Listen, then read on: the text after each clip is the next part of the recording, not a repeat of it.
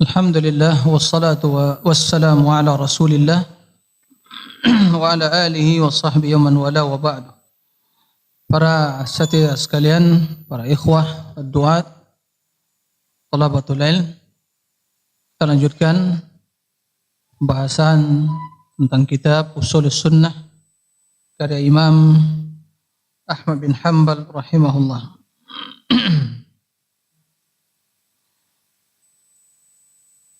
Setelah Al-Imam Ahmad menjelaskan tentang kewajiban rakyat terhadap pemimpinnya, hak-hak yang wajib ditunaikan, yaitu ketaatan dalam kebaikan, tidak atau selalu melakukan ibadah bersama mereka, atau ketaatan yang bila dituntut itu secara berjamaah, baik itu salat 5 waktu atau salat Jumat, atau diminta untuk memberikan zakat, maka semua itu wajib bagi kaum muslimin memberikan hak itu kepada penguasa, dan dengan tidak melihat apakah dia itu orang yang soleh atau mungkin yang fajir, karena memberikan hak tersebut tidak disyaratkan pemimpin itu soleh atau bejat. Dalam artian tidak ada catatan, tidak ada syarat kalau dia yang soleh baru berikan hak itu kepadanya, kalau bejat tidak, itu tidak ada seperti itu. Kemudian beliau melanjutkan, wa man kharaja ala imamin min a'immatil muslimin, barang siapa yang keluar menentang imam dari imam kaum muslimin, yaitu pemimpinnya, faqad kana an-nas ijtama'u alayhi wa aqarru lahu bil khilafah bi ayyi wajhin kan, bir ridha aw bil ghalabah, faqad shaqqa هذا الخارج وعصى المسلمين وخالف الآثار عن رسول الله صلى الله عليه وسلم فإن مات الخارج عليه مات ميتة جاهلية. Ini menjelaskan ancaman kepada orang-orang yang keluar menentang para pemimpin disebabkan karena mungkin kezalimannya atau kemungkaran yang dia lakukan. Sementara kaum muslimin telah sepakat meyakini keimamannya, pemimpinannya, dan telah ridha menerima hal itu, atau kepemimpinan itu dia dapatkan bil ghalabah. Ini yang tadi maksud dari perkataan beliau, waman aliyahum bis sayfi.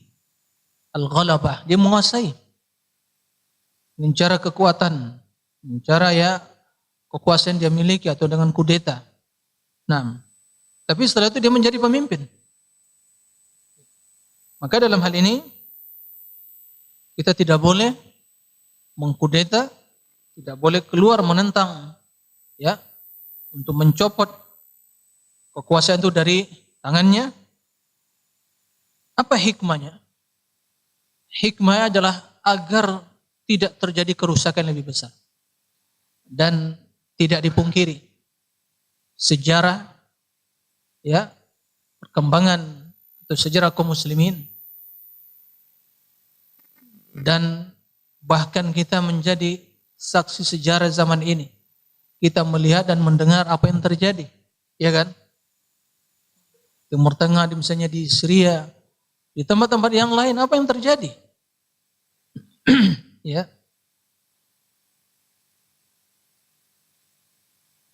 Pertumpahan darah, nyawa yang melayang, kekacauan, hak yang hilang. Seorang tidak tahu kenapa dia dibunuh dan membunuh.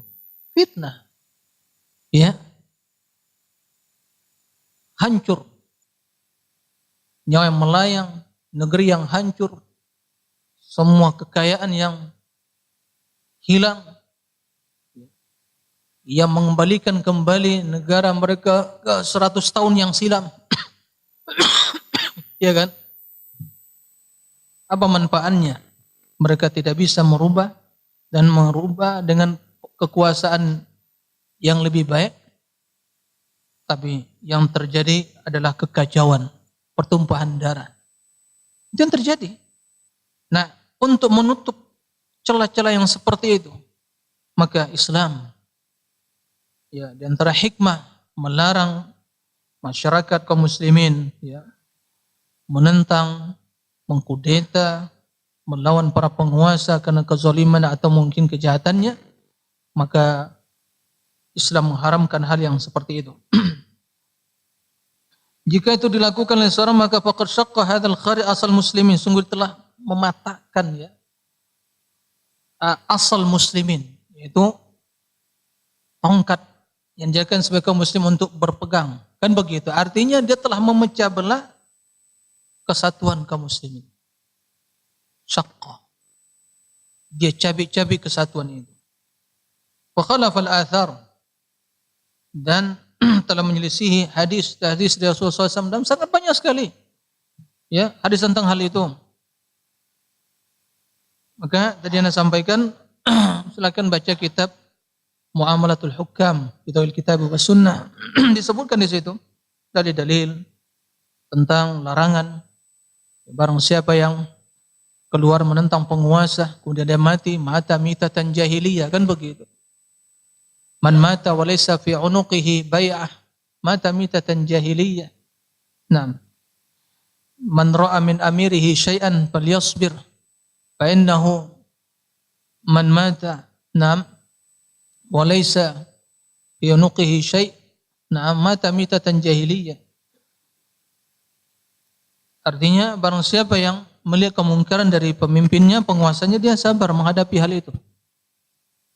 Karena barang siapa yang keluar menentang penguasa lalu mati dalam keadaan tidak memiliki baiat, ketaatan kepada penguasa dalam kebaikan dan janji setia untuk mendengar dalam kebaikan, maka bila mati seperti matinya orang jahiliyah, yaitu tidak memiliki pemimpin. Bukan berarti dia mati dalam kafir, tidak, ya. Maksud mati mata mitatan jahiliyah artinya dia mati seperti matinya orang-orang jahiliyah yang mereka dahulu, ya, bercerai-berai, tidak ada pemimpin yang memimpin urusan hidup mereka. Ini jelas tasbih, ya, penyerupaan dengan hal yang tercela. Karena perkara jahiliyah semua tercela. Nah, semua tercela. Inilah diantara perkara jahiliyah. Nah, wala yahillu qital as-sultan wala al-khuruj alaihi li ahadin minan nas. Faman fa'ala dzalika fahuwa mubtadi'un ala ghairi sunnah wat tariq. Dan tidak dihalalkan untuk memerangi pemimpin dengan berbagai cara, dengan apapun cara, dengan cara apapun. Nah, tidak dibenarkan, tidak dihalalkan, hal yang diharamkan, ya. Walal khuruj alaihi, dan keluar untuk mengkudeta atau menentang li ahadi minan nas, bagi siapapun dari kaum muslimin. Ya. Karena Rasul mengatakan seperti itu. Ya. Untuk alal mar'il muslim as-sam wa ta'ah bima habba wa karih. Nah, tahan pada pemimpin dalam hal-hal yang dia senangi atau tidak senangi. Tentu taat dalam kebaikan dan kejahatan penguasa tidak membolehkan kita untuk keluar menentang dan membangkang kepadanya. Karena akan menimbulkan kerusakan, pertumpahan darah.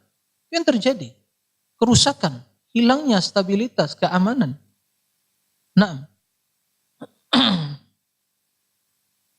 kemudian paman fa'ala dzalik, barang siapa yang keluar, ya, atau mengkudeta atau melakukan, ya, menentang penguasa karena kezalimannya, maka dia adalah seorang mubtadi', ya, berada di atas ghairi sunnah wat tariq, ya, dia berada di atas sunnah dan jalan yang benar, menyelisih sunnah Nabi SAW yang begitu banyak, ya, menjelaskan tentang larangan dari melakukan yang demikian itu. Baik. Ada satu hal yang perlu diperhatikan. Para ulama menyebutkan, selama penguasa tersebut muslim tetapi zalim, maka tidak boleh dia menentang penguasa. Lalu bagaimana dia kafir bila dia kafir? Jelas kekufurannya. Nah, kapan diperbolehkan kaum muslimin ya menentang mereka dan harus merubah, menggantikan dengan yang lebih baik? Ya. Karena tidak boleh yang kafir memimpin kaum muslim. Maka syarat pimpinan Islam itu adalah muslim. Nah, lalu bagaimana kalau seandainya pemimpin tersebut tidak sesuai dengan kriteria yang jelaskan tadi? Ya. Maka boleh khurud untuk merubah dan ya melengsarkan dia dengan catatan, dengan syarat. Pertama, dia betul melakukan kekufuran, berbuat kekufuran. Dan kekufuran ini kedua betul-betul nyata, ada dalilnya. Bukan hanya diperdebatkan lagi, nyata, nyata-nyatanya. Kan begitu. Nah, hatta taru kufran bawah, kan begitu. Lakum minallahi fihi burhan. Kalian memiliki dalil, bukan hal yang diperdebatkan. Jelas nyata sebab ini kekufuran. Yang kedua, dia berbuat kufur, kekufurannya jelas. Bukan kada mentakwil atau mungkin menurut saya ini kufur ini. Oh menurut saya yang lain enggak. Belum itu. Jelas nyata dalil betul kufur. Al-Quran dan Sunnah. Baik, yang ketiga. Bisa merubah, mendatangkan yang lebih baik. Kalau dia mungkin non-muslim atau kafir, mendatangkan yang muslim.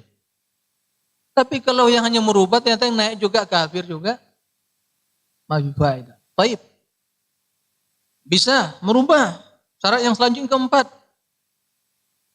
Tidak menimbulkan kerusakan yang lebih besar. Tidak menimbulkan pertumbuhan darah. Tapi yang namanya merebut kekuasaan itu pasti pasti itu akan terjadi pertumpahan darah.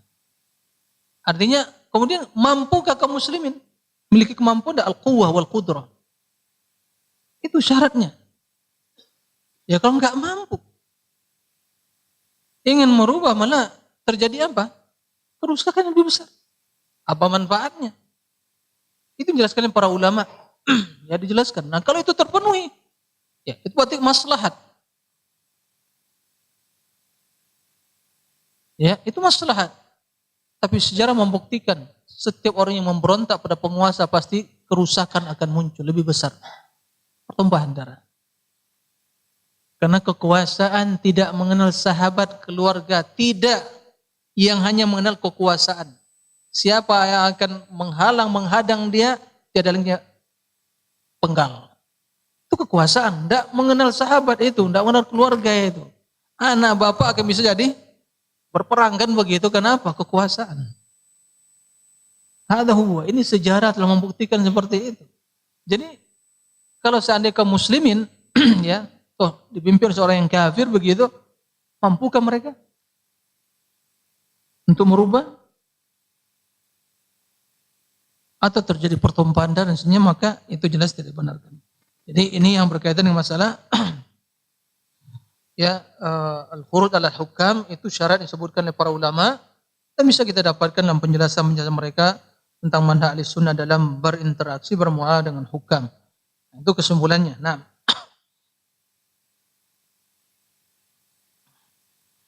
yang selanjutnya kata Imam Ahmad bin Hanbal dalam risalah Ushulus Sunnah ini, di antara prinsip juga hal yang diyakini oleh Ahlussunnah, wa qitalul lusus wal khawarij jaiz, dan memerangi al-lusus yaitu para pencuri atau perampok kan begitu, wal khawarij kaum khawarij termasuk bughat, penentang kan begitu, jaizun, diperbolehkan. Idza aradu lirrajuli, apabila dia menghadang seseorang ya, mendatangi seorang, kemudian fi nafsi wa malih, ingin merampas, ingin menzolimi dia atau merampas hartanya, falahu an yuqatil an nafsi wa malih, maka dia boleh ya melawan ya, meranginya, melawannya, kan begitu, an nafsihi, untuk mempertahankan dirinya dan hartanya. Ya, ada seorang yang ingin mencuri, merampok, apakah dia izin kepada penguasa? Imam, bolehkah saya ada perampok mencuri yang akan mencuri, ya? Atau dia perampok datang mencuri, oh ya, saya izin dulu ke imam saya, pemimpin saya, bolehkah ini pencuri datang? Enggak. Seketika itu enggak perlu izinkan, dia harus mempertahankan diri dan harta dia. Yuqatil, melawan, untuk mempertahankan apa? Diri dan hartanya atau keluarganya. Wa yarfad anha bi kulli ma yaqdir, dia menolak semua itu sesuai dengan kemampuan dia. Naam. Walaysa lahu idza faraquhu aw taraku an yatlubhum. Kalau seandainya perampok tersebut yang buqat, ya, lari, meninggalkan dia, maka jangan dikejar. Karena tujuannya mengusir dia. Kan begitu. Bukan membunuh. Beda dengan qital wal qatlu. Qital itu merangi, kalau qatlu membunuh. Di sini yang bolehkan qitaluhu, bukan membunuh. Nah, ini yang harus dibedakan. Wala yuttaba, maka jangan dibuntuti lagi. Ya, jejaknya gitu. Oh, ke sini lari. Enggak, udah dia ada lari, udah itu. Tapi kalau masih terus dia ya ingin mengambil dan merampok, kita dilawan. Kan begitu? Laisa li ahadin illa al-imam. Bahwa membuntuti para perampok dan juga penjahat tadi, begitu telah lari, ya, dan mengikuti jejak-jejaknya, kan bagaimana membuntuti, itu adalah bagi pemimpin, imam. Ada secara individual.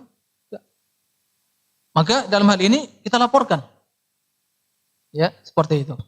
Udah ada lari, laporkan. Ya, perampok ini lari ke sana. Maka itu pihak yang berwenang. Jadi bukan bermain hakim sendiri. Ini menunjukkan kepada kita bahwa apa yang dilakukan masyarakat kita, kan begitu, ada pencuri, diambil, dibakar, dibunuh langsung. Enggak benar itu. Itu main hakim sendiri, enggak benar itu. Kalau dia mencuri ya diusir, kalau dia merampok. Kemudian bila ditangkap, jangan dihakimi sendiri. Laporkan pada pihak yang berwenang, wajib. Ini manhaj ahli sunnah. Nah, karena mereka yang berhak untuk mengeksekusi, memberikan sanksi dan hukum kepadanya. Nah ini, adapun kita dalam rangka mempertahankan, ya, menjaga kehormatan diri, jiwa kita, anak kita, keluarga kita membela diri. Kalau kita terbunuh dalam membela diri tadi, maka ini termasuk di antara bentuk mati syahid, kan syahid, tentu syahid yang tidak sama tentunya syahid dengan orang yang meninggal dalam medan perang dan juga yang ya dalam jihad. Oleh karena itu kata Imam di sini, au ulatul muslimin, atau pemimpin kaum muslimin, innama lahu an yadfa an nafsi fi maqamihi dzalik. Dia hanya membolehkan, diizinkan untuk ya menjaga dirinya, mempertahankan dirinya pada tempat tersebut di mana kejadian itu. Wa yanwi bi jahdi alla yaqtul ahadan, dan dia berniat dengan segala ya kehati-hatian dengan sungguh dia agar jangan sampai membunuh seorang pun. Karena bagaimanapun kalau dia perampok tapi dia muslim, mencuri tapi ada muslim, itu jelas tidak halal darah itu ditumpahkan. Ya. Siapa yang mengeksekusi, memberikan sanksi, ya penguasa. Secara individu tidak. Nah, maka dalam hal itu pun dia tidak ingin untuk membunuh dia, mengusir dia.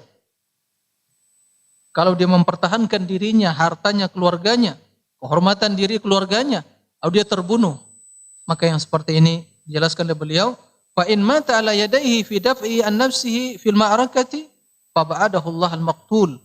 Ya. Maka bila dia meninggal dan mati ala yadayhi, di hadapan disebabkan oleh pencuri tadi, ya, atau perampok tadi, fi daf'i an nafsi, karena ya mempertahankan dirinya fil ma'arakah, dalam ya perampokan atau yang terjadi tadi, bil ma'arakah, melawan tadi, fa ba'adahu Allah al-maqtul, maka Allah menjauhkan al-maqtul, Ya, fa abadahullah al-maqtul.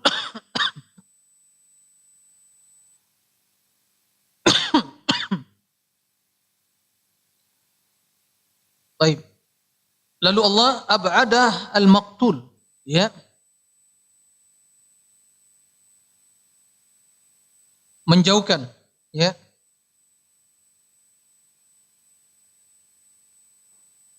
yang terbunuh tadi, yang merampok tadi, kan begitu. Yang membunuh ternyata dia mati. Merampok tadi, mencuri tadi terbunuh, kan begitu?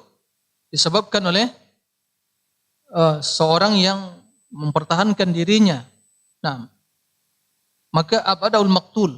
Allah menjauhkan si maktul ini. Kenapa? Karena dia berniat baik untuk merampok tadi. Adapun fa in qutila hadza fi dzikal hal, seandainya yang mempertahankan dirinya tadi terbunuh, dia yang terbunuh, bukan yang merampok, yang dirampok, terbunuh karena mempertahankan dirinya, wa huwa yadfa an nafsih, dan dia mempertahankan, ya, dirinya dan hartanya, rajautu lahu syahadah, maka aku berharap mudah itu mendapatkan syahadah. Karena dalam hadis sebelum qutila duna mali wa nafsi fa huwa syahid, kan begitu. Barang siapa yang terbunuh dan mempertahankan dirinya dan hartanya, maka dia syahid. Ini yang dimaksud Imam Ahmad bin Hanbal. Naam. Walam yu'mar biqatlihi walattiba'i. Kama ja'a fil ahadits, ya. Dia berharap seorang yang terbunuh kena dirampok dan terbunuh dan mempertahankan kehormatan dirinya, harta dan juga keluarganya, maka Imam Ahmad berharap semua itu mati syahid sebagaimana yang terdapat sebagian hadis.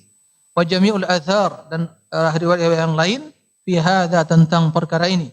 Innama umira biqitali, dia itu hanya diperintahkan, diizinkan untuk melawan, ya, untuk memeranginya. Walam yu'mar biqatlih, tidak diizinkan untuk membunuhnya. Walattiba, dan untuk membuntuti jejak dia, ya kan, sampai ditangkap, kan begitu, tidak.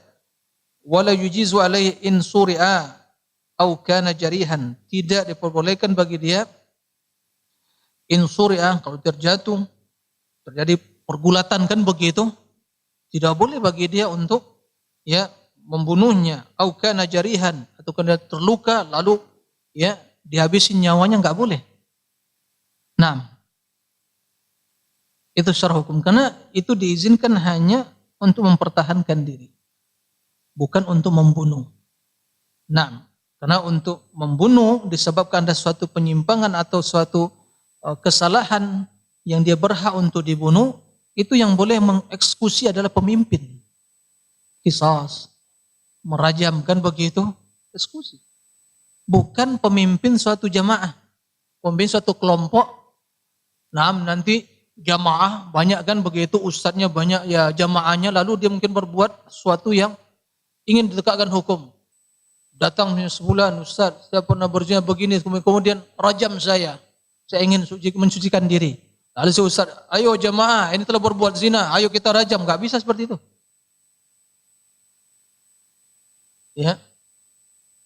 Atau seperti yang tadi, membunuh misalnya saudara kita atau siapa dekat kerabat kita misalnya dibunuh, lalu kita tangkap pembunuhnya, udah, sekarang kamu saya habisin juga, dibunuh. Nggak boleh seperti itu. Karena nanti biasanya yang namanya syaitan, itu pasti yang emosi tadi akan membuat dia tuh membunuh juga. Tapi secara hukum itu diserahkan pada pihak yang berwenang dan berwajib, mereka yang akan mengeksekusi. Nah, ini. Jadi kita tidak melakukan suatu penyimpangan sebagaimana yang melakukan itu melakukan penyimpangan. Tidak boleh seperti itu. Tetap kita dalam, ya, menjalankan syariat Allah ini, memperlakukan manusia dengan syariat Allah Subhanahu wa taala. Jadi ini yang dimaksud, ya. Ini yang dimaksud, ya, oleh Imam Ahmad bin Hanbal rahimahullah. Wa in akhadahu asiran falaysa lahu an yaqtulahu, kalau dia ditangkap, ya kan gitu, ditangkap, ya, dipenjara dan ditangkap gitu, maka tidak boleh bagi dia untuk membunuhnya. Wala yuqim alaihil had, dan tidak boleh juga memberikan padanya had, langsung mengeksekusi untuk dibunuh, kan begitu. Walakin yarfa amruhu ila man wallahu Allahu fayahkum bihi, akan tapi dia mengangkat perkaranya kepada orang-orang yang memimpin yang menjadi pemimpin dan dia yang akan menentukan hukum, yang melakukan eksekusi terhadap orang tadi.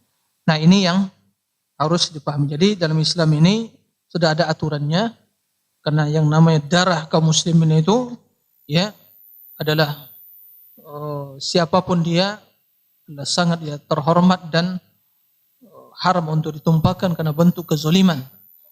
Tapi bila seorang melakukan suatu keliruan, kesalahan, maka yang melakukan yang berwenang terutama dalam penegakan hukum seperti masalah ya hudud, ya, merajam, mencuri atau potong tangan, atau mungkin ya kisos, atau mentakzir, atau dicambuk, kan begitu. Itu semua bukan tugas individu, bukan kewajiban individu, tapi adalah tugas penguasa dan pemimpin. Nah, kemudian selanjutnya Imam Ahmad bin Hanbal rahimahullah menjelaskan prinsip akidah Ahlussunnah yang lain, wala nashhadu ala ahadin min ahli al-qiblah bi'amalin ya'maluhu bi jannatin wala narin narju lil salih wa nakhafu alayhi wa nakhafu 'ala al-musii' adh-mudhnib wa narju lahu rahmah. Ini juga salah satu prinsip akidah Ahlussunnah tentang ya kaum muslimin atau seorang yang berbuat ketaatan, yang melakukan ketaatan atau yang berbuat dosa. Bila dia itu ya berbuat kebaikan atau melakukan kejahatan, maka ahli sunnah tidak bisa memastikan surga baginya. Tidak mungkin. Ya. Atau menghukumi sebagai ini penghuni surga ini. Atau langsung ini syahid ini. Atau yang buat dosa mati, lah ini penghuni neraka ini. Enggak bisa itu memvonis seperti itu, bukan akidah Ahlussunnah. Karena permasalahan surga dan neraka itu hak Allah Subhanahu wa taala. Tapi Ahlussunnah akidah mereka, kalau orang yang berbuat baik mereka berharap kebaikan dan surga baginya. Dan bila orang buat kesalahan dosa, meninggal dalam keadaan dosa, dia tak khawatir akan ya azab Allah Subhanahu wa taala baginya. Itu akidah Ahlussunnah. Ini ingin jelaskan Imam Ahmad rahimahullah. Maka begitu kita mendengar seorang misalnya meninggal, menurut persepsi kita orang maunya ini sepulan mati dalam berjihad mempertahankan gini-gini. Wah, si fulan syahid, langsung diponis syahid langsung. Bahkan diberikan gelar yang syahid sebulan. Siapa yang mengatakan langsung syahid? Kok bisa langsung memberikan ya ultimatum seperti itu? Siapa? Atau ini ya udah, ini masuk surga ini, dipastikan? Gak bisa itu. Pemahaman surga dan neraka adalah milik Allah Subhanahu wa taala. Ahli sunnah mengatakan yang meninggal dalam keadaan kebaikan kita berharap mudah-mudahan dia masuk. Dan yang meninggal dalam kejahatan kita khawatir neraka, ya, akan dijumaskan ke neraka. Nah, karena semua itu surga rahmat Allah, neraka azab Allah. Dan tidak ada seorang yang bisa memastikan hal itu kecuali bila ada dalil baik itu ya dalam Al-Quran atau hadis yang menentukan si fulan dijamin masuk surga. Nah, baru kita bisa memastikan hal itu. Nah, ini yang maksud ahlul kiblah, maksudnya kaum muslimin yang kiblat ya salat menghadap kiblat. Nah, maka tidak bisa kita memberikan kepastian atau memberikan persaksian atau menjamin bagi seorang pun ya masuk surga atau neraka dengan satu amalan yang dia lakukan, perbuatan. Kita hanya berharap ya bagi orang-orang yang baik dan khawatir terhadap orang-orang yang berbuat kejahatan. Wa nakhafu 'alal musii' al-mudhnib, kita khawatir ya terhadap pelaku dosa yang membuat kejelekan dan kita berharap rahmat baginya. Berharap rahmat baginya. Karena bagaimanapun kendati dia meninggal dalam keadaan dosa, selama dia tidak menghalalkan dosa itu, ya dia masih beriman. Kita berharap rahmat. Ya, karena rahmat Allah Maha luas. Tidak ada yang bisa membatasi rahmat tersebut. Nah.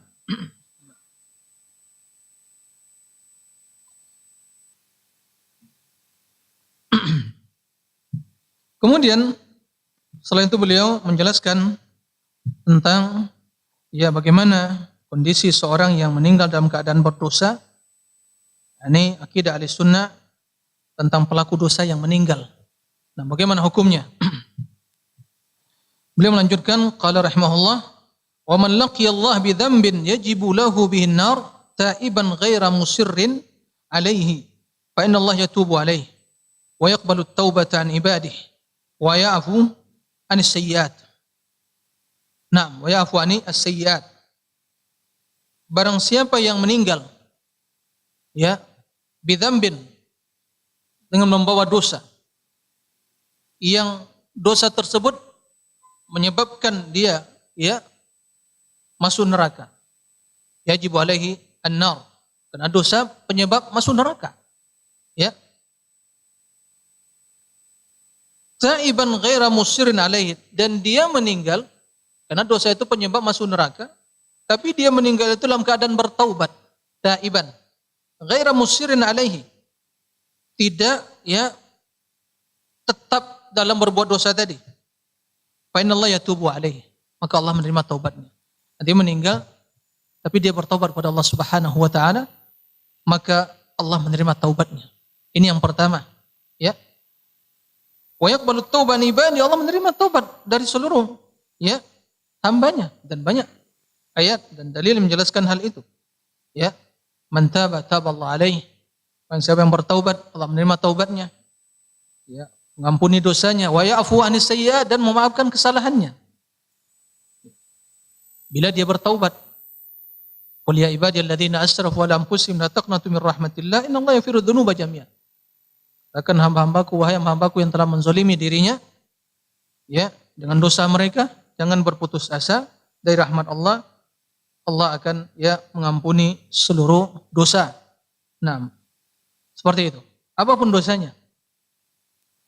Wa ya'fu an as-sayyi'at, dan maafkan kesalahannya. Ini yang pertama. Wa man laqiyahu wa qad uqima alaihi haddu dzalika adz-dzambi fid dunya fa huwa kafaratu. Barang siapa yang meninggal dunia, mati dalam keadaan berdosa dan dalam laqiyahu, berjumpa dengan Allah di akhirat kelak, akan tapi di dunia telah diberikan kepadanya sanksi ya terhadap kejahatan dia. Dia buat zina misalnya, yang telah menikah berzina dirajam, atau dia membunuh kemudian dikisos, kan begitu.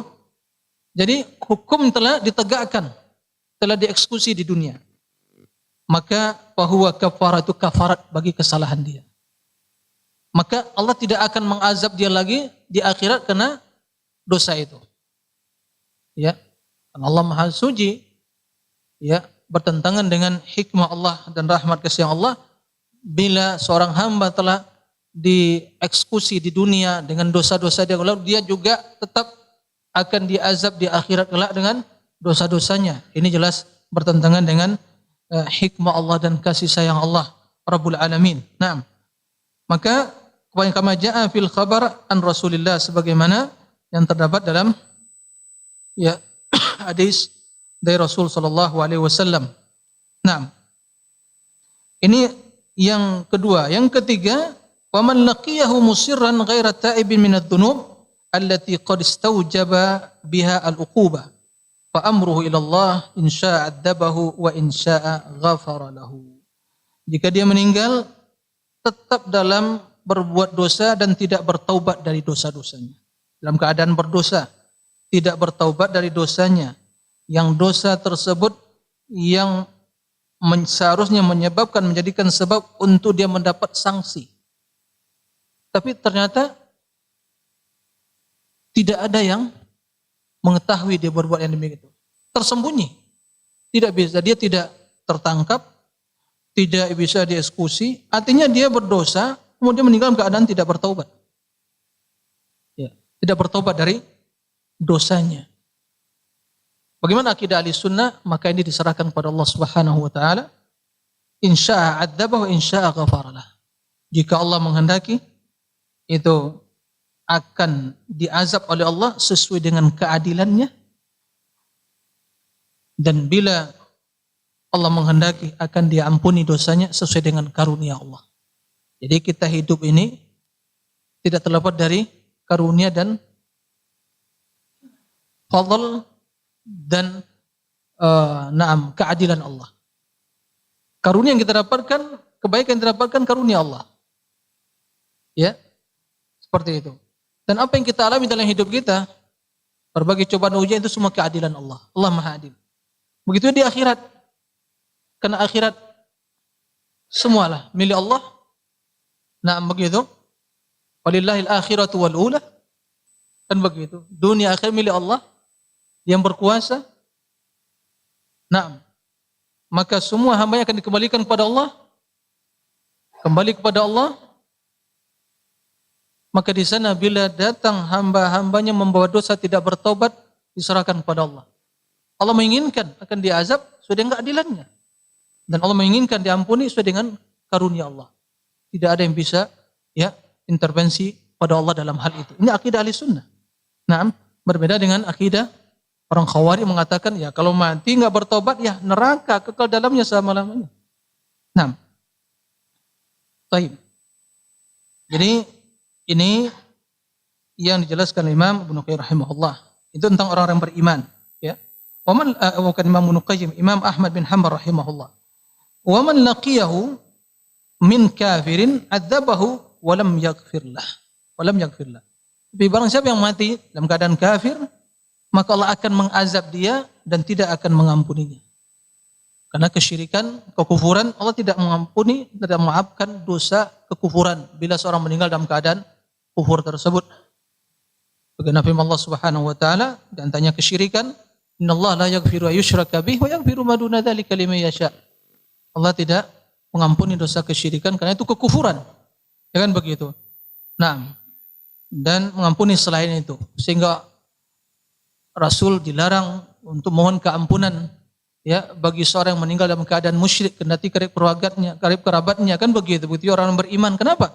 Karena kalaupun diminta keampunan tidak akan diampuni karena mereka mati dalam keadaan syirik, dalam keadaan kufur. Nah, seperti itu. Kemudian warrajmu haqqun ala man zana wa qad uhsina idza i'tarafa aw qamat alaihi bayyinah. Juga hukum rajam itu hak ala man zana bagi mereka yang berzina wa qad uhsin yang muhsin yang telah menikah apabila dia mengaku dia telah berzina seperti kisah siapa? Ma'iz kan begitu, dia mengaku pada Nabi telah berzina. Rasul mengatakan abika junun, engkau gila atau sadar? Enggak, Rasul tetap berzina. Kan begitu? Maka setelah dia mengakui dia berbuat zina, dia ingin mensucikan dirinya dan Rasul sebagai pemimpin yang berhak mengeksekusi itu, maka kata para sahabat, na'am. Farjumuh. Na'am. Ya itulah ketulusan taubat dia dan Allah memaafkan dari perbuatan tersebut. Na'am.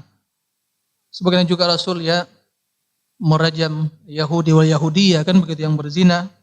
Na'am. Kemudian atau qamat bayyinah apabila ada saksi. 4 saksi yang menyaksikan bahwa seorang berbuat zina. Dan ini terkadang sulit dibuktikan. Kalau sekedar berzina tapi tidak ada saksi, ini tidak bisa diperlakukan. Nah, jadi semua ada hukum. Dan ini semua adalah untuk menjaga kehormatan diri seorang muslim tadi. Sehingga tidak manusia tidak bermudah-mudah dalam hal ini setiap ada langsung bisa saja menisbatkan sesuatu kepada saudaranya, dia tidak melakukan hal itu.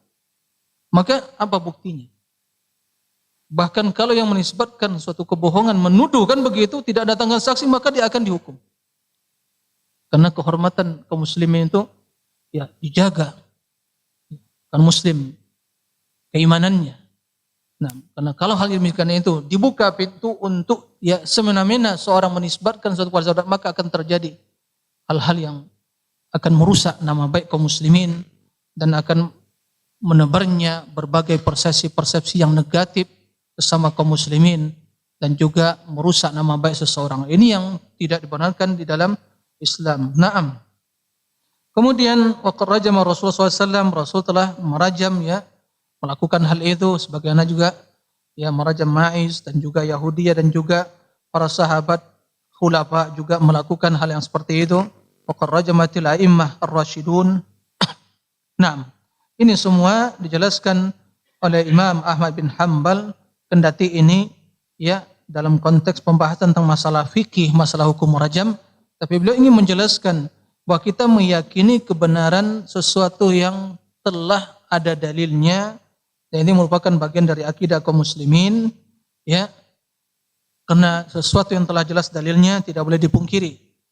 Sesuatu yang telah jelas landasannya wajib diimani.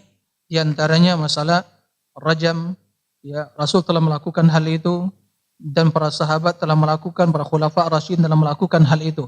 Maka itu tetap berlaku, ya, sampai yaumil qiyamah, tidak pernah dihapus hukumnya. Nah, wa man intaqasa ahadan min ashabi Rasulillah aw abghadahu bi haditsin kana min aw dzakara masawi'ahu kana mubtadi'an hatta yatarahham alaihim jami'an wa yakuna qalbuhu lahum saliman. Ini telah ya berlalu penjelasan tentang bagaimana akidah Ahlussunnah tentang para sahabat Nabi SAW. Di antaranya kita wajib ya menyebut kebaikan para sahabat.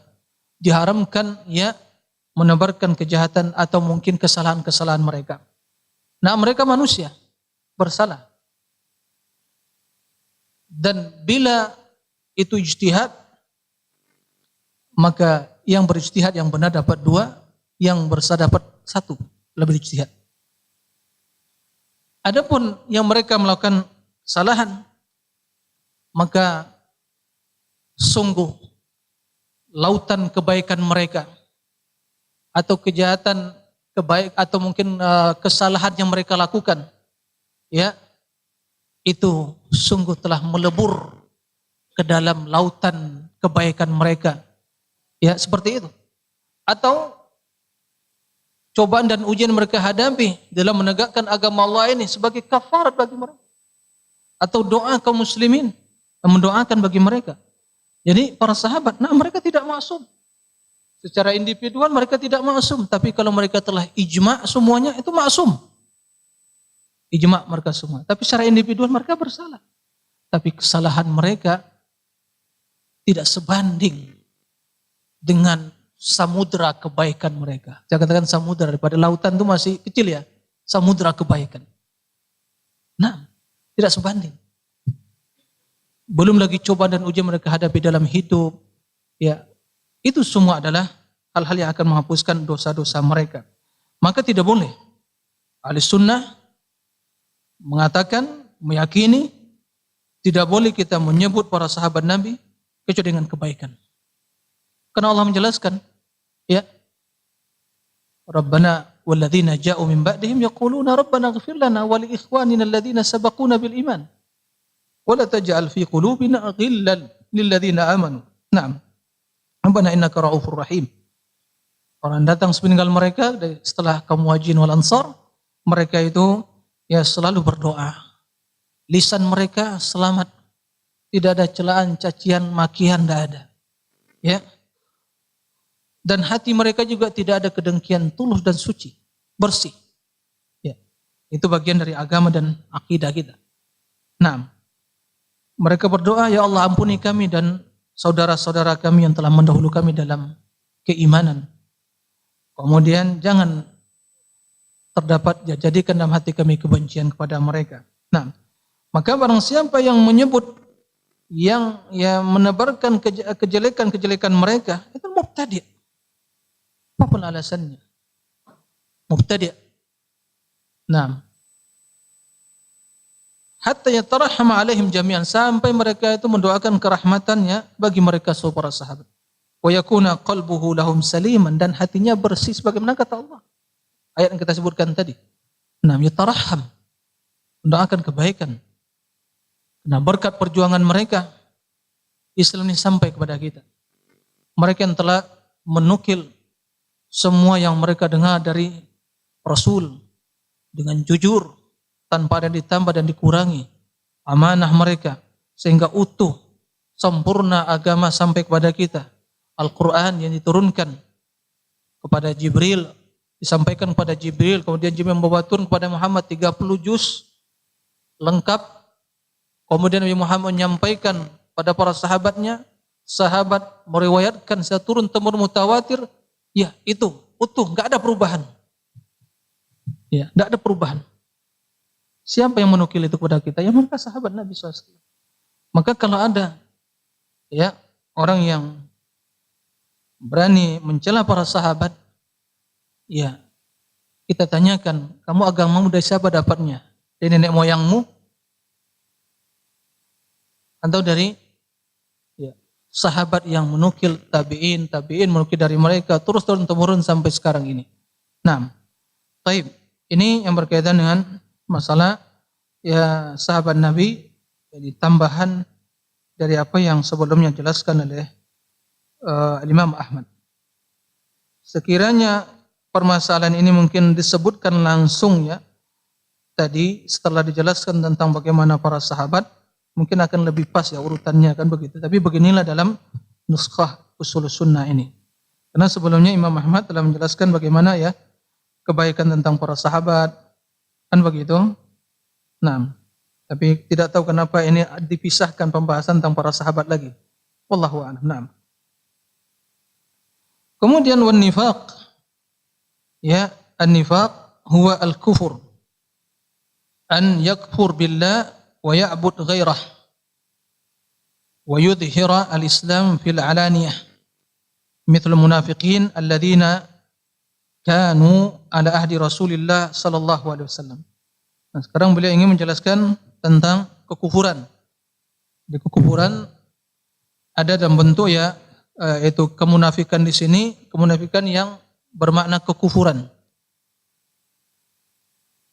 Jadi nifak itu ada dua, nifak al-i'tiqadi dan nifak al-amali. Nifak yang kufur.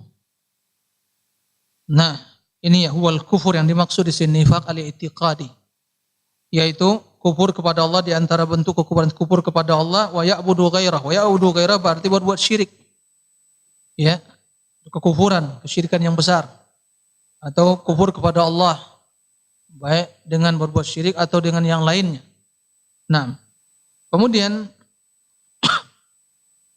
wa yudhir Islam fil alaniyah, dan menampakkan Islam ya, memperlihatkan Islam secara tampak nyata tapi ternyata menyimpan kebencian pada Islam. Ini nifaq yang i'tiqadi. Ini semua adalah kekufuran.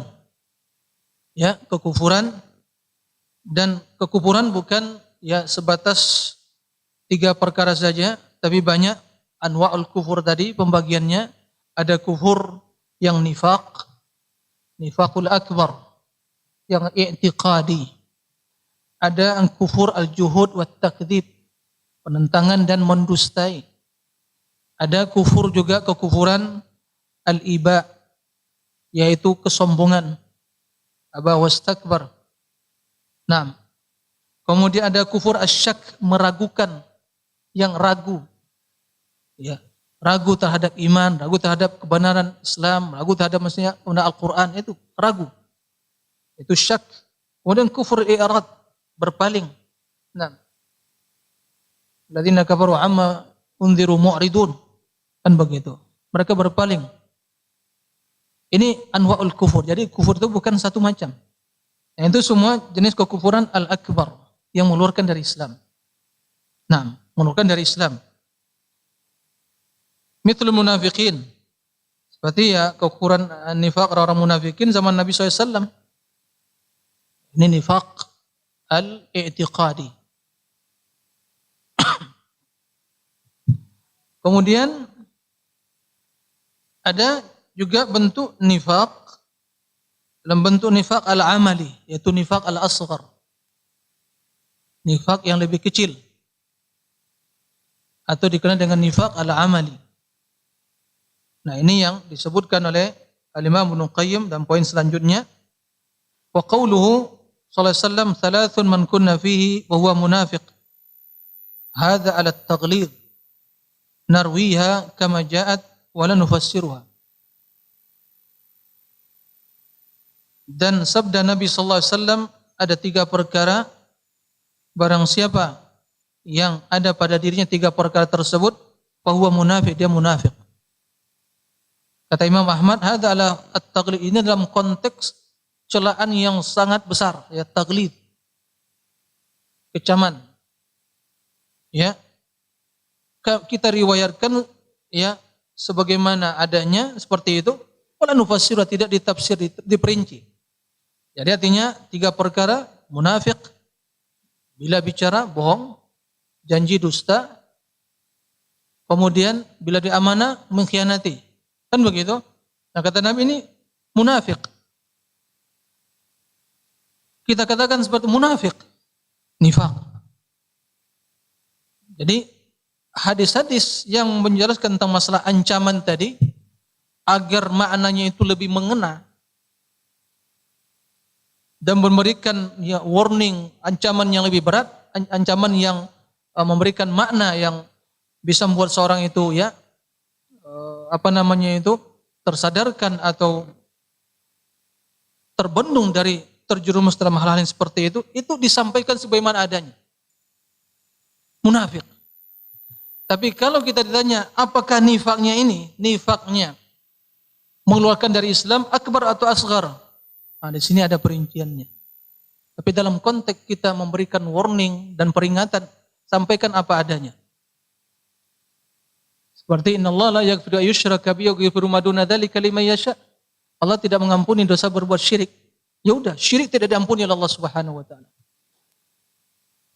Kan begitu? Tapi tanya, saat ini syirik kecil atau syirik besar? Kalau dia bertanya seperti itu. Tapi antum begitu menyampaikan, jangan sampai dulu rincian itu. Karena kalau antum sampaikan, oh iya berarti ada yang diampuni. Nah, masalah syirik kecil aja bisa diampuni, kan bisa diampuni juga. Ini enggak tepat, enggak bijak dalam menyampaikan ayat-ayat atau hadis-hadis tentang masalah ancaman itu. Maka disampaikan sebagaimana adanya, kama ja'at, begitu ada zahirnya, itu akan lebih mengena, lebih besar makna ancaman.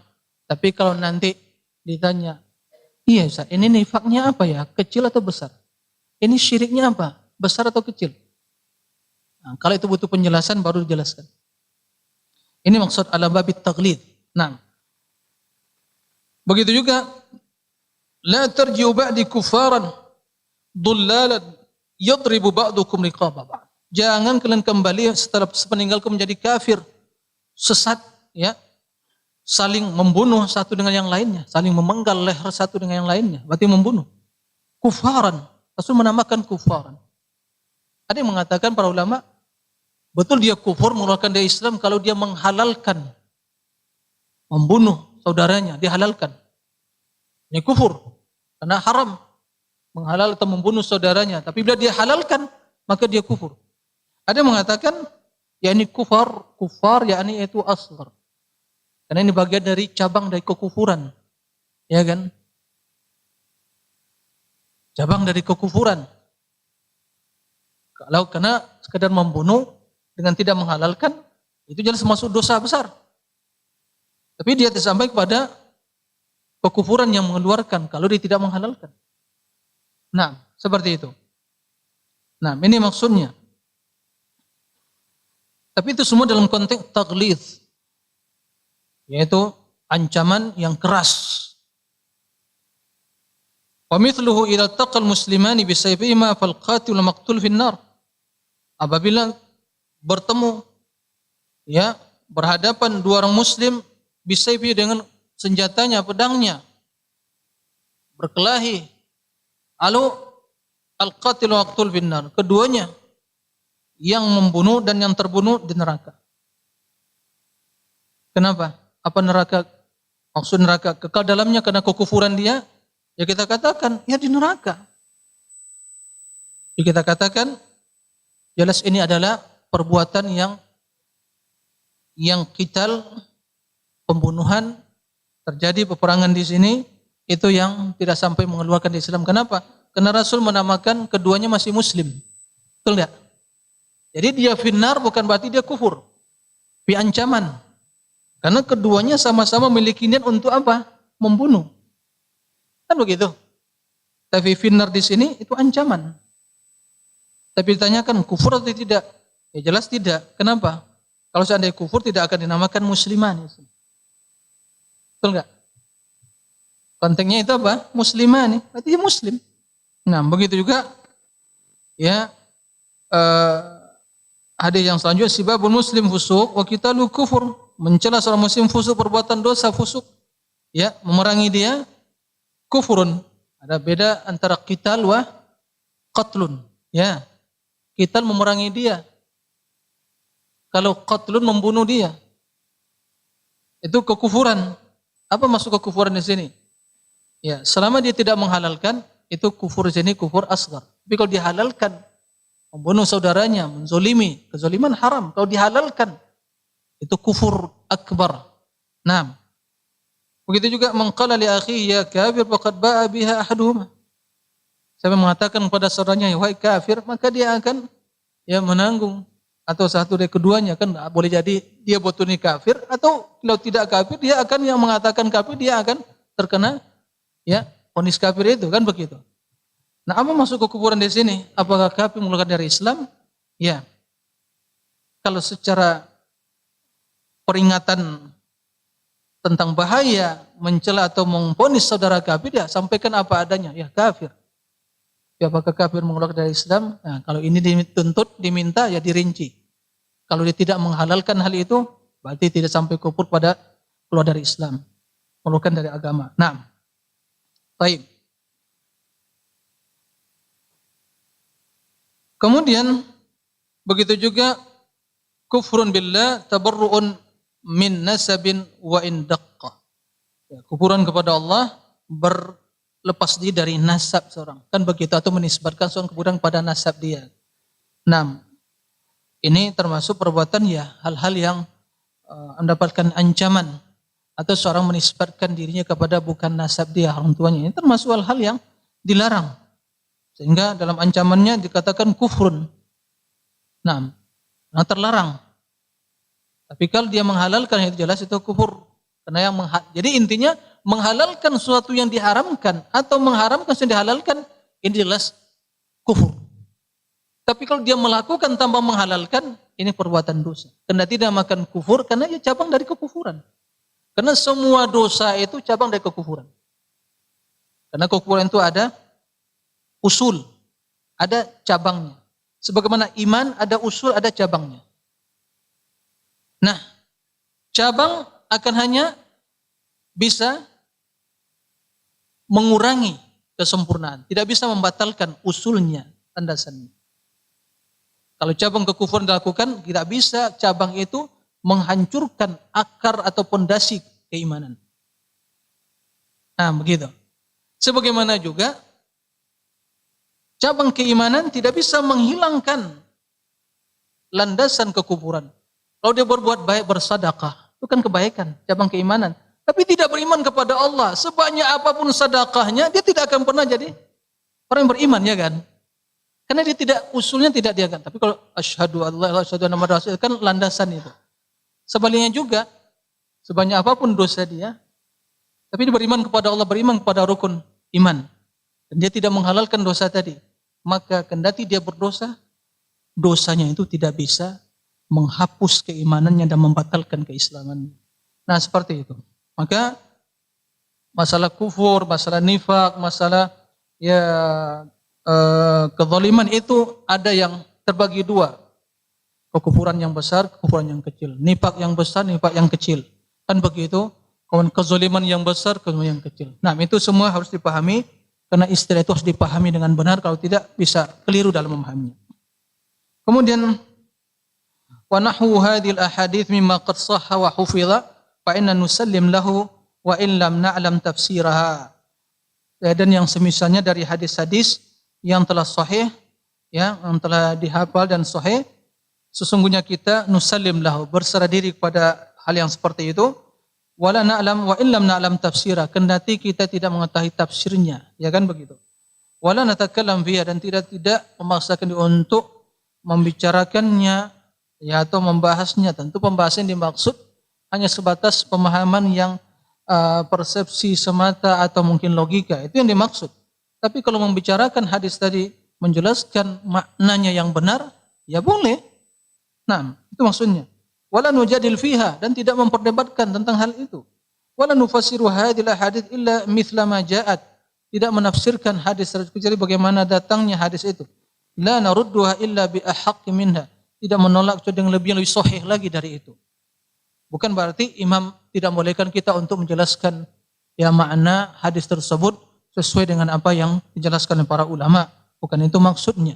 Nah, tapi karena ini adalah kalimat yang umum yang konteksnya itu ada dalam bentuk ya peringatan, celaan, maka ini mimbabi at-taghlidhi, yaitu penekanan dalam memberikan ya sebuah pesan yang keras dan warning akan bahaya dari perbuatan-perbuatan yang seperti itu. Nah, kemudian selanjutnya beliau menjelaskan tentang tentang surga. Jadi, kenapa beliau mengakhiri pembahasan tentang surga? Dan ini biasa ya dilakukan oleh para ulama, karena semua akidah yang kita pelajari tadi, modal kita untuk menuju Allah, ya, barang siapa yang menyisi hal itu bisa terjun ke dalam perbuatan maksiat dan dosa dan bahkan kekufuran, maka tentu bila seorang yang baik, yang soleh, akhir kehidupannya ya surga. Kan begitu.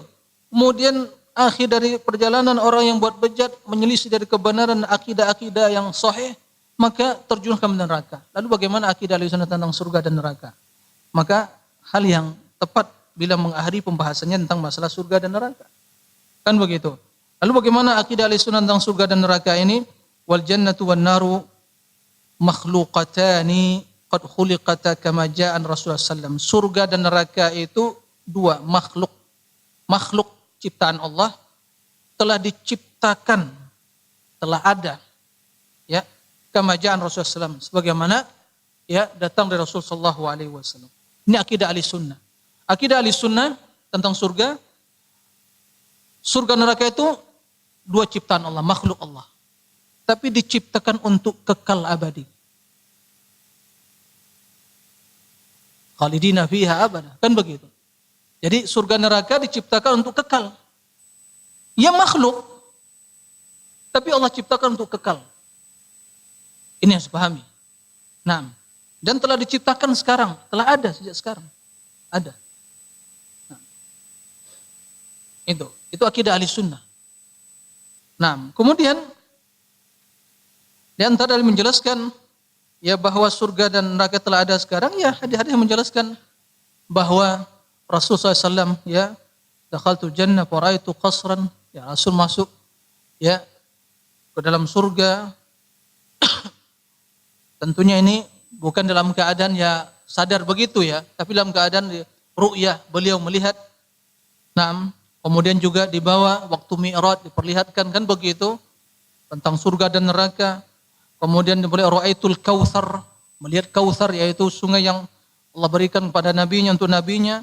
Begitu juga ittala'tu fil jannah faraitu aktsara ahliha al-fuqara, kan begitu. Wattala'tu 'alan nar faraitu aktsara ahliha an-nisa. Saya melihat surga dan melihat penghuni yang lebih banyak adalah para fuqara, dan melihat neraka penghuni yang terbanyak adalah kaum wanita, disebabkan kekufuran mereka itu tidak mau berterima kasih kepada para suaminya, kan begitu. Wattala'tu finnar faraitu kadza wa kadza. Ini semua menjelaskan bahwa surga neraka telah ada. Sehingga Rasul diperlihatkan oleh Allah kepada Rasul tentang penghuninya. Nah, kemudian kata beliau, "Faman za'ama annahu ma lam yukhtam lam tukhlaqa fa huwa mukadzibun bil Qur'an wa ahadithi Rasulullah sallallahu alaihi wasallam wala ahsibuhu yu'minu bil jannah wan nar." Nah, barang siapa yang mengira, menyangka keduanya belum diciptakan, ini bantahan kepada orang-orang Mu'tazilah atau kaum ahlul bidah. Tamam. Nah, syukran. Khalas, intahina, alhamdulillah. Wah, Ustaz Farhan kejah, aina huwa? Ikhtafa. Masyaallah, barakallahu fikum. Hadha liqa yatasharraf biwujudikum. Masyaallah, wa mustami' ma'ana. Jazakallahu khair. Barakallahu fikum. Baik, kalau insyaallah nantahi, alhamdulillah. Awalna masyaallah. Yani ada taufik min Allah, ma baqiya illa hadhihi qira'ah yasirah. Naam. Faman zama annahuma lam tukhlaqa, barang siapa yang mengira, yang menduga, berprasangka Ya, ini bantahan kepada ahlul bidah seperti kaum Mu'tazilah. Mereka mengatakan surga itu belum diciptakan. Untuk apa? Sia-sia. Siapa penghuninya kata dia. Ini jelas ya akal-akalan. Ya Allah telah mengatakan, Rasul telah mengatakan seperti itu. Maka perkataan siapa? Akal dia yang diterima atau perkataan Allah Rasulnya? Nah, seperti itu mereka mengatakan. Seperti juga untuk apa ada timbangan-timbangan? Ya, pedagang yang mendagang sayur-sayuran buah-buahan yang perlu timbangan kata dia kan begitu. Al-baqqal dan seterusnya. Ini dalam bentuk istihza mereka terhadap ya nas-nas Al-Qur'an atau hadis. Dan kita ahli sunnah yang mengimani apa yang tertera dalam Al-Qur'an dan hadis begitu ya yang terdapat dalam hadis-hadis yang sahih kita imani. Barang siapa yang mengira bahwa keduanya surga neraka itu belum diciptakan, bahwa mukadzibun bil Quran, telah mendustai Al-Quran. Ya. Wa hadisir Rasul dan hadis Rasul sallallahu alaihi wasallam.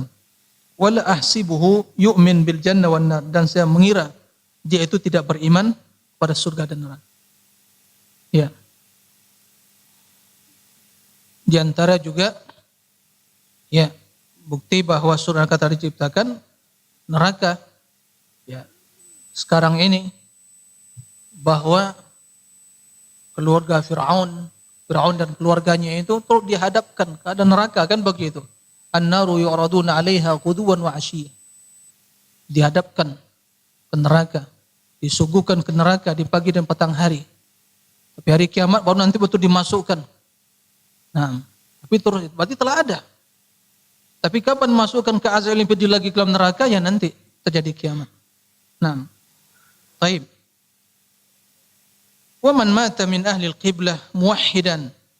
Kemudian disebutkan barang siapa yang meninggal min ahli al-qiblah, yaitu kaum muslimin yang menghadap dalam salatnya ke kiblat yaitu Makkah, muwahhidan dan bertauhid, yusalla alaihi, maka disolatkan. Berarti dia orang beriman. Ya, bertauhid. Wa yustaghfar lah, dan dimohon keampunan baginya.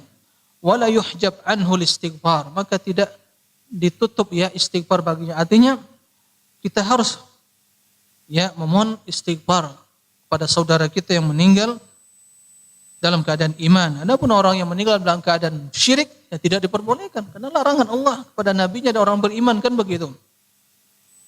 Nah, wala tutrak salah alaihi bi dzambin adnabahu saghiran kana aw kabira amruhu ila Allah Ta'ala, tidak ditinggalkan ya untuk menyolati dia karena dosa yang dia lakukan kecil atau besar, dan perkaranya kita kembalikan kepada Allah Subhanahu wa taala.